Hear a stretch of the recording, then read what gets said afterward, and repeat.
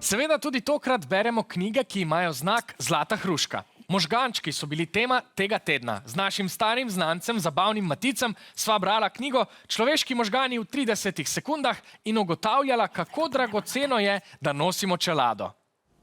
3, 4, uničimo jajčka! Kaj se je zgodilo? Ne, tvoje se je razbilo, moje pa je ostalo celo. Zanimivo.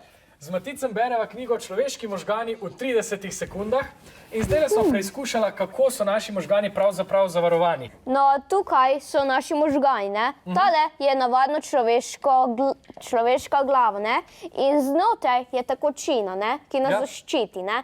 Tako je. Tekočina ščiti naše možgane pred poškodbami, še bolj pa nas lahko zaščiti čelada. Zato, ker so naši možgani naše največje bogatstvo. In s čelado si človek potem lahko upa marsikaj. Recimo, dobro je, moji možgani so celi, ni panike. Prej si mi povedal, da ti je bilo zanimivo brati tudi o čustvih. Kaj pravzaprav je naloga čustev? Da sporazumevamo drugim, ne? Naprimer, v prazgodovini smo se drugi tako učili, ne? Da naprimer, mogoče da uporabljamo kamne na drugih, ni ena najbolj pametna ideja. Pri čustvih veliko vlogo igra tudi spomin. Ja. Se spomniš česa o spominu iz te knjige? Da imam mogoče zelo slabega. Ne, to pa dvomim. Kaj je tvoja asociacija na človeške možgane v 30 sekundah? Asociacija? Ja. Hitrost, kako sem bral, ne? Kako hitro si jo prebral? Na manj kot 3 urah. Kaj? Ja! Priporočam zabavno, kratko in jedrnato branje. Kako dobro ste poslušali, pa bomo videli pri naslednjem vprašanju. V možganih je tudi center za čustva.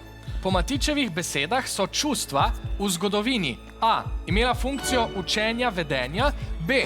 omogočala spoznavanje drugih, C. prispevala k boljšemu spominu ali D. ljudi ovirala pri učenju. Imate 15 sekund.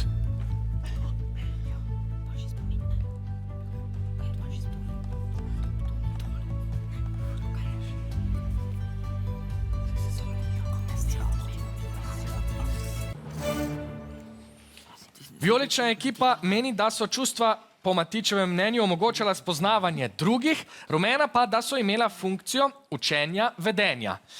Vijolična ekipa je na to vprašanje stavila svojega brihtolina, torej obstaja možnost, da dobite 10 točk. Poglejmo, če je katera ekipa odgovorila pravilno.